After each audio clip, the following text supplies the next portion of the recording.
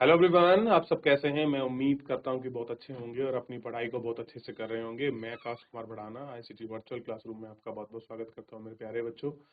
जैसा आपको पता है मेरे प्यारे बच्चों, बेसिकली हमारी आपका जो है 7th क्लास है और 7th क्लास में हम लोग देख रहे हैं हमारे अतीत। सेकंड हमारी बुक है और उसमें हम चैप्टर नंबर 2 देखेंगे, राजा और उनके राज्य।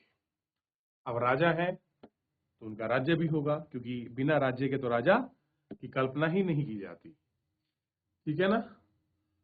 अब राज्य और राजा, सबसे पहले आप देखेंगे हम राज्य की, सबसे पहले ये भी हमें बिल्कुल साफ और क्लियर रेक्टिफाई करता है कि कौन से कब तक के हम राजा देखें। तो 7वीं शताब्दी के बाद में कई राजवंशों का उदय हुआ। 7वीं शताब्दी यानी कि 600 के आसपास का समय है जब बात कर रहे हैं उस समय के, है ना। मानचित्र 1 में उपमहाद्वीप के विभिन्न हिस्सों में 7वीं से 12वीं शताब्दी के बीच शासन करने वाले प्रमुख राजवंशों को दिखाया गया है। किसे दिखाया गया है? 7 से 12वीं। ठीक, इनको आपको दिखाया गया है और इसी को हम लोग इसमें आपका देखें।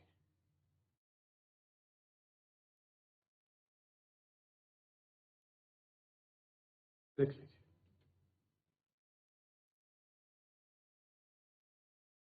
देखिए,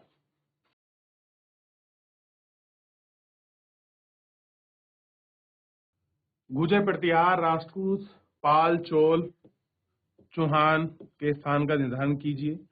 क्या आप जानते हैं कि उन राजवंशों की पहचान कीजिए जिन पर वहां उनका नियंत्रण था। सबसे पहले क्या देखना है? गुर्जर प्रतिहार और राष्ट्रकूट, चोल, पाल और, तो सबसे पहले आप मैप में पहुंचेंगे और मैप मैंने खोल दिया। ये उस समय का मैप है भारत का।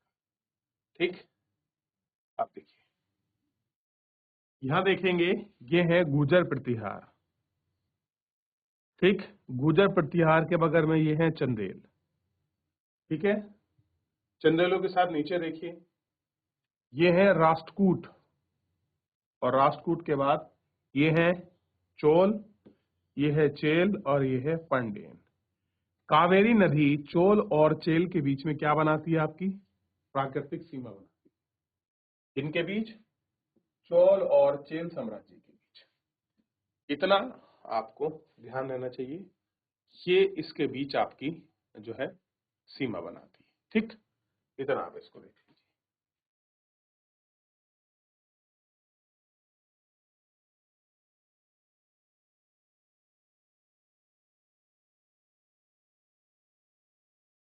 नए राजवंश का उदय। 7वीं शताब्दी आते आते उपमहाद्वीप के विभिन्न भागों में बड़े भूस्वामी और योद्धा सरदार अस्तित्व में आ चुके थे। राजा लोग प्राय उन्हें अपने महत या सामंत के रूप में जानते थे। कैसे कहते थे? भैया तो हमारे सामंत है या हमारे महत्व है। उनमें उम्मीद की जाती थी कि वे राजा या स्वामी के लिए उपहार लाएं, दरबार में हाजिरी लगाएं, उन्हें सैन्य सहायता प्रदान करें। अधिक सत्ता और संपदा हासिल करने के लिए सामंत अपने आप को महासामंत, महामंडलेश्वर, महामंडलेश्वर मतलब पूरे मंडल का महान स्वामी। देखिए, एक आपको पता चलेगा महामंडलेश्वर का अर्थ क्या है। पूरे मंडल का महान स्वामी इत्यादि घोषित करते थे और कभी कभी अपने स्वामी के अधिपत्य से स्वतंत्र हो जाने का दावा भी करते थे। बहुत बार बोलते थे कि हम क्या हो चुके हैं, आपका इन सब चीजों से आपका स्वतंत्र भी हो चुके हैं।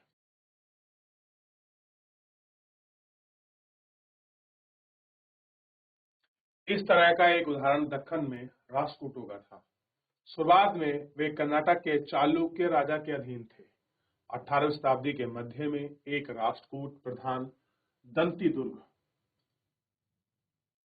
अपने चालुक्य स्वामी की अधीनस्थता से इनकार कर दिया। उसने हराया और हिरण्य गर्भ यानी कि सोने का अर्थ नामक एक अनुष्ठान किया। यह अनुष्ठान ब्राह्मणों की सहायता से संपन्न किया जाता था।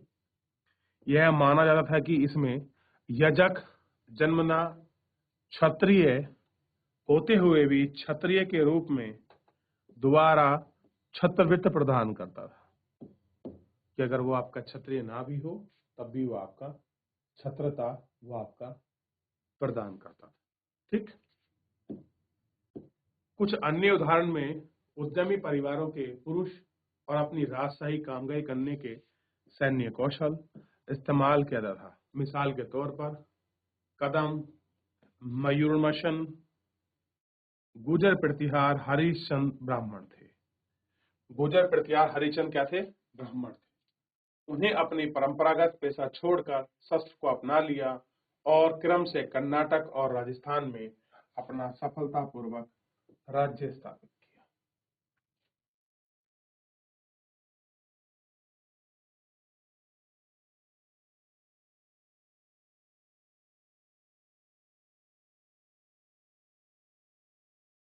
राज्यों में प्रशासन,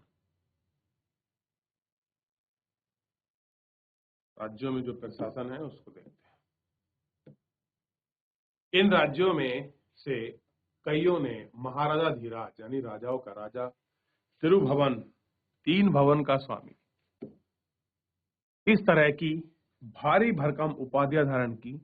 लेकिन इस तरह के दावे के बावजूद भी वे सामंतों और साथ ही साथ किसान, व्यापारी, ब्राह्मणों के संगठन के साथ अपनी सत्ता की साझेदारी करते थे।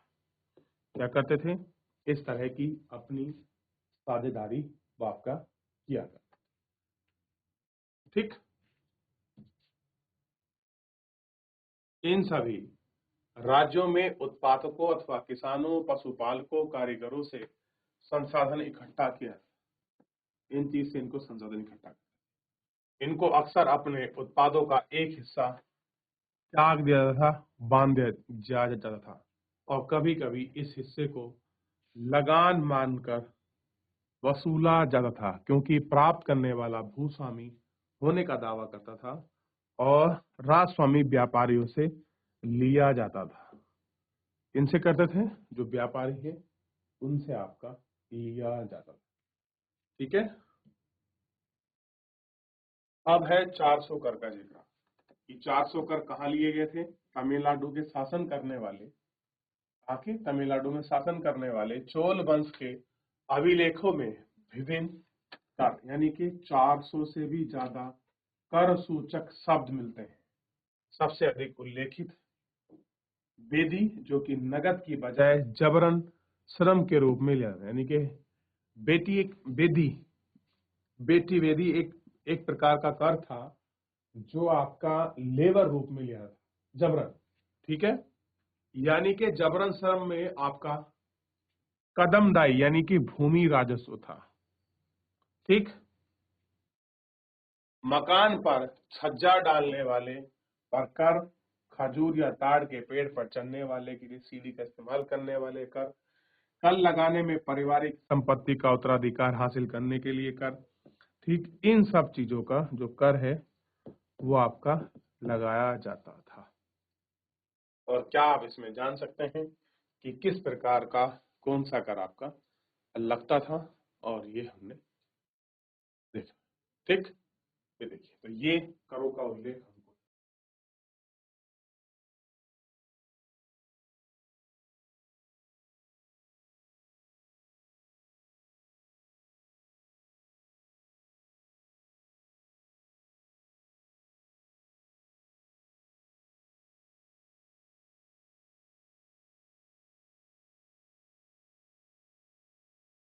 देख लिया।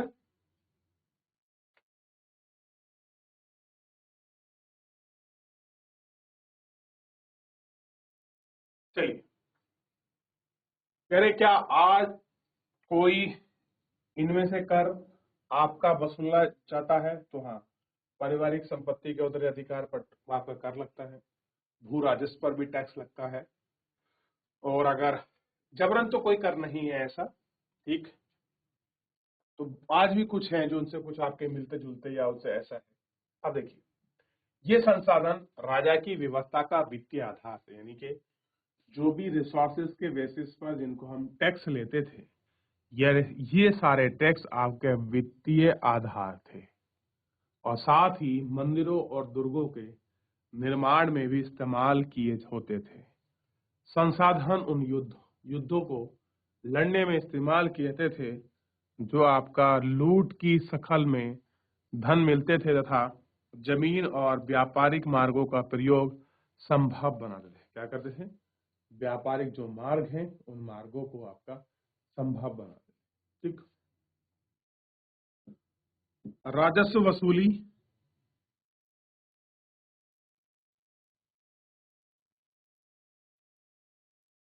के लिए पदाधिकारियों की नियुक्ति सामान्यतः प्रभावशाली परिवारों के बीच से की जाती थी।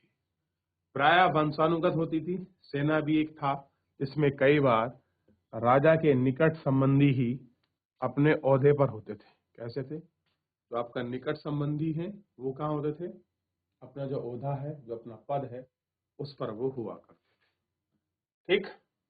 प्रशस्तियां और भूमि अनुदान। प्रशस्तियां और ऐसे ब्यौरे होते हैं जो शब्द से सत्य भी नहीं हो सकते, लेकिन प्रशस्तियां हमें बताती हैं कि शासक खुद को कैसा दर्शाना चाहता है।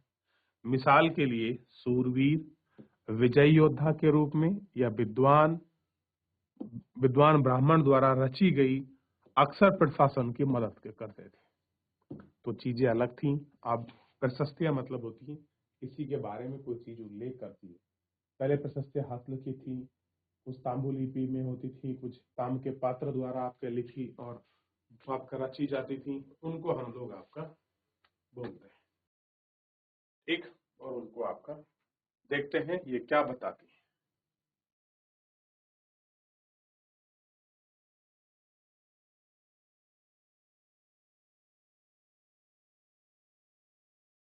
तो इन सारी चीजों में ये चीजें आपको देखने के लिए मिलेंगी।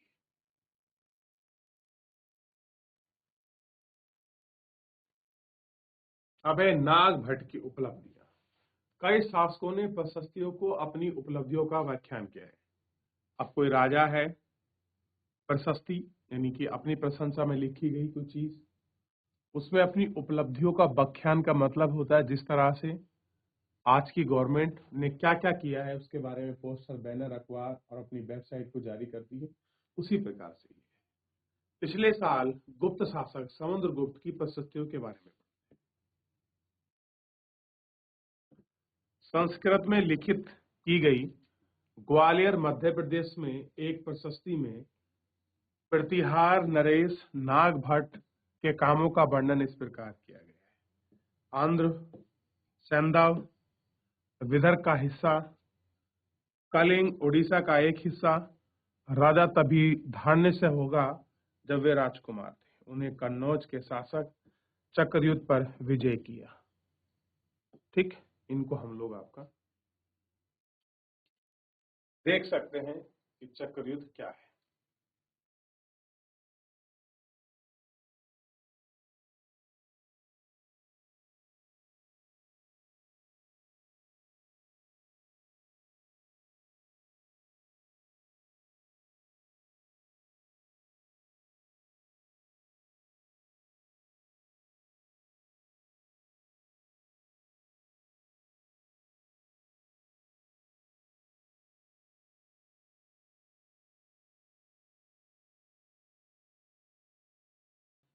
देख लिया। अब और क्षेत्र भी थे जैसे बंग यानी कि बंगाल का हिस्सा, अनंत यानी कि गुजरात का हिस्सा, मालवा यानी मध्य प्रदेश का हिस्सा, किरात यानी कि वनवासी, तुर्क मतलब तुर्कस्तान, बस मत्स्य यानी कि उत्तर भारत के राज्य। राजाओं की पराजय भी किया गया, तो उनने किसको हराया, कौन से काम किए, किस प्रकार के थे, उनका वर्णन इसमें आपको देखने के लिए मिलता है और आप इसको ढूंढ सकते हैं। राजा लोग प्राय ब्राह्मणों को भूमि अनुदान में पुरस्कृत करते थे। ये ब्राह्मण पत्रों पर अभिलेखित होते थे जो भूमि पाने वाले को दिया जाता था। क्या करते थे? भूमि पाने वाले को दिया जाता था। तो इस प्रकार की आपकी क्या होती थी? आपकी प्रशस्तियां होती थी। इन्हीं प्रशस्तियों के लिए अभिलेख लिखे थे जो अशोक ने लिखवाए थे। क्लियर है? अभिलेख पहनी पत्थर पर उत्कीर्ण कर कुछ वो लिखा जाता है, कुछ लाट पर लिखते थे, कोई भोज पत्रों पर लिखते थे, कोई मौखिक रूप से आपके जनता को बताया करते थे। तो ये भी एक प्रशंसा में लिखे गए। देखिए, यह थोड़ा सा संस्कृत और थोड़ा तमिल में आपका ताम्र पात्रों पर एक संग्रह है जो 9वीं शताब्दी के शासक द्वारा दिए गए अनुदान का उल्लेख है, यानी कि कोई उसने अनुदान दिया था उसका उल्लेख है और राजशाही मोहर लगी हुई है, यानी कि इसमें कहीं आपका राजशाही मोहर है। मैं दिखा देता हूँ, ये देखिए, ये वाली जो है ये राजशाही मोहर लगी हुई है, ठीक है, कि भाई ये ऑथेंटिक है, इसलिए इस पर मोहर जो है आपको दिखाई देगी कि क्या आपकी मोहर है, ठीक, और इसको आपका देख सकते हैं। तो इस प्रकार की ताम्रलिपि थी।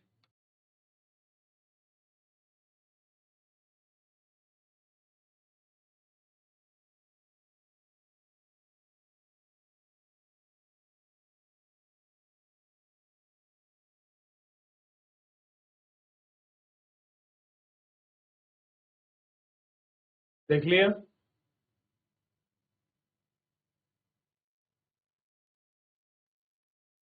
अभिलेखित में उल्लेखित कुछ चीज है, नागभट्ट की उपलब्धि किस प्रकार थी, कैसे नागभट्ट ने उनको दिखाया।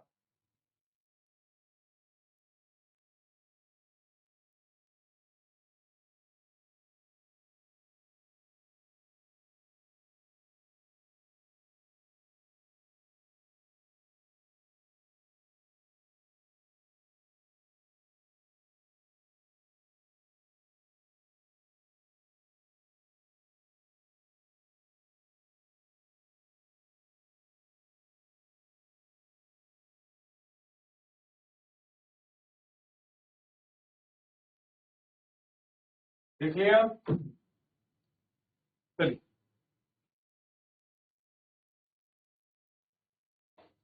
400 करोड़ के विषय में पढ़ा आपने, थोड़ा सा आगे बढ़ जाते हैं। अब देखिए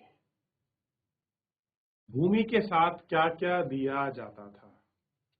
अगर आपकी भूमि है तो उस भूमि के साथ क्या क्या चीजें हम दे सकते थे। ये चोलों द्वारा दी गई एक भूमि अनुदान तमिल का एक अंश है। मिट्टी की मेड़ बनाकर, साथ ही कांटेदार झाड़ियां लगाकर भूमि की सीमाओं को चिन्हित कर दिया गया था। इस भूमि में ये चीजें हैं, फलदार वृक्ष, पानी, बाग, फलोद्यान, पेड़ कुएं, खाली चारगाह, बाग, बावी, चबूतरे, नहरें, खाई, नदियां, दलदल जमीन, हौज, अनार, मछलियां, तालाब, मधुमक्खी के छत्ते और गहरी झीलें, ये सारी चीजें इसके अंतर्गत थी। क्या थी? गहरी झीलें। जिससे यह भूमि मिलती थी वह इसे वसूल करते थे। न्याय अधिकारियों द्वारा जुर्माने के तौर पर लगाया गया कर वसूल सकते थे। पान के पत्ते पर लगाए जाने वाला कर, बुने हुए कपड़े पर लगाए जाने वाला कर, साथ ही साथ वाहनों पर लगने वाला कर वसूल सकते थे। वह पक्की ईंटों के ऊपर, मलबे पर बड़े कमरे बनाकर रख सकता था। बड़े और छोटे कुएं खुदवा सकते थे। पेड़ और कांटेदार झाड़ियां लगवा सकते थे। जरूरी हो तो सिंचाई के लिए नहर बनवा सकते थे। यह सुनिश्चित करना चाहिए कि पानी बर्बाद ना हो और तटबंधों का निर्णय तटों का निर्माण हो। ये हमको देखना है। लेख में सिंचाई के जिन सम्मत स्रोत का उल्लेख है उनकी सूची बनाइए और विचार विमर्श कीजिए कि इनका कैसा इस्तेमाल होता होगा, कि कैसे इनका इस्तेमाल करेंगे, कैसा कुछ होगा।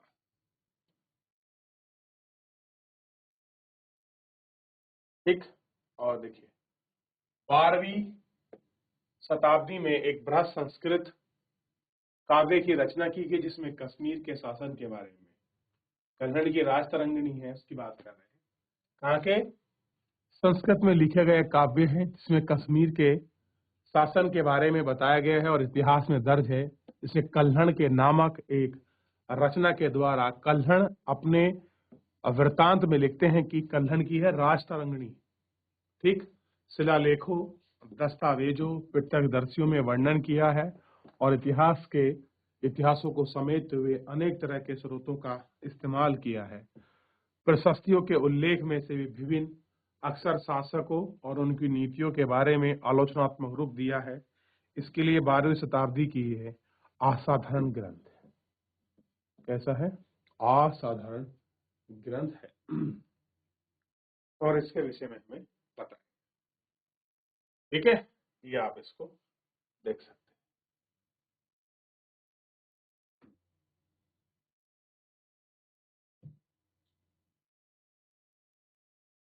ये देख लीजिए, आपको इसकी जानकारी हो जाए।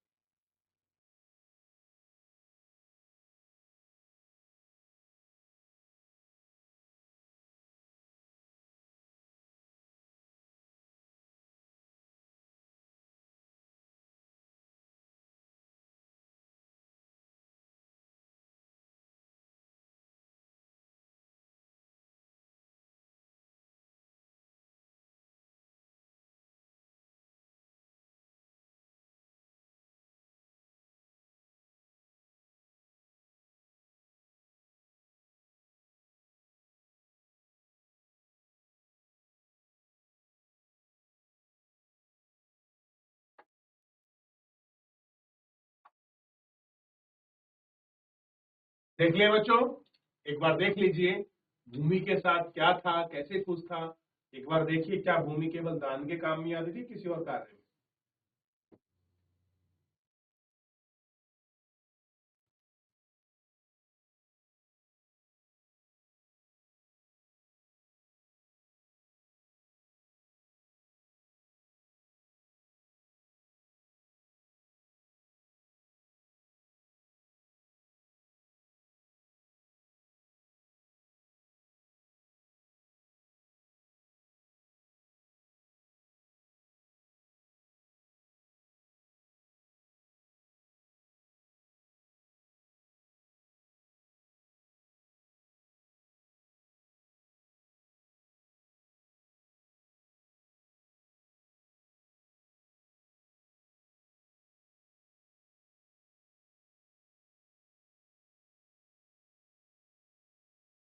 चले आगे बढ़ जाएं।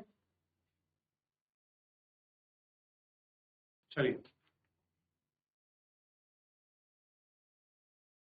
तो जमीन को आपका मेड़ बनाकर उसको पूरी मतलब क्यारी नुमा या कह सकते हैं पूरा एक तारबंदी कर कर, कहीं पर भूमि, कहीं पर बाग, कहीं पर नालियां, खाई, इन सब चीजों के माध्यम से बनाकर रखा था। और उसी के आधार पर इन सब चीजों को देखकर इन सब चीजों को करते थे और एक एक करके बात भी किया करते थे और जानते भी थे कि कैसे कुछ है।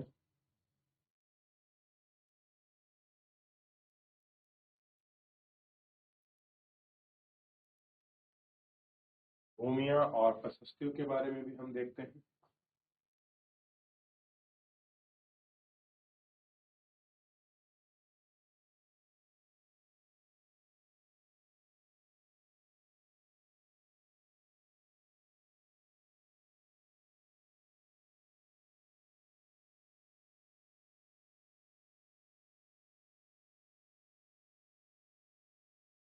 चलिए आगे बढ़े। अच्छा, युद्ध के लिए भी धन जो था आपका बहुत सारा इकट्ठा होता था। अब राजा है, उस राजा को अपना पूरा शासन प्रशासन चलाने के लिए भाई पैसे की जरूरत है। तो पैसा कहाँ से आएगा? तो आज हो या पुराना समय, सबका एक ही माध्यम है कि टैक्स कलेक्शन के माध्यम से ही पैसे को इकट्ठा किया जाए। ठीक उसी के माध्यम से टैक्स को हम लोग जोड़ेंगे, वो टैक्स हम लोग यूज करेंगे, उसी टैक्सेशन से ही क्या होगा, ये सारे काम होंगे। ठीक उसी टैक्सेशन के बेसिस पर ही हम सारी चीजों को आपका जज करेंगे। उसी टैक्सेशन के माध्यम से एक एक करके जो है हम सबको आपका इन चीजों में आपका देखें। ठीक,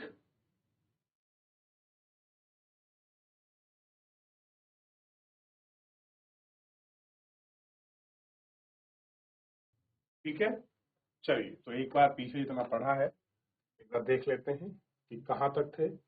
मानचित्र हमारे सामने है। तो अगर कश्मीर की बात करेंगे तो जो कश्मीर की बात की जा रही थी, ये वाला रीजन था कश्मीर का। ठीक है, क्योंकि उसके नीचे आ गया दिल्ली, इंद्रप्रस्थ। चौहान आपके दिल्ली और राजस्थान में बैठे हुए हैं।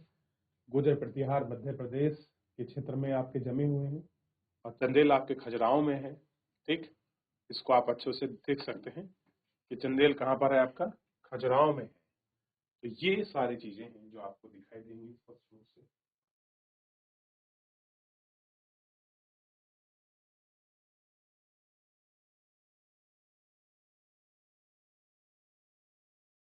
देख लिया? यहाँ तक कोई डाउट, कोई क्वेरी किसी बच्चे की? चलिए, तो फिलहाल जो है आज के लेक्चर को हम लोग इतना ही विराम देते हैं, मिलेंगे नेक्स्ट लेक्चर में। एक बार पढ़ के आइए, थोड़ा रिवीजन करके आइए, तब और अच्छा आपको कोई डाउट क्वेरी होगा उसको क्लियर लेंगे। धन्यवाद।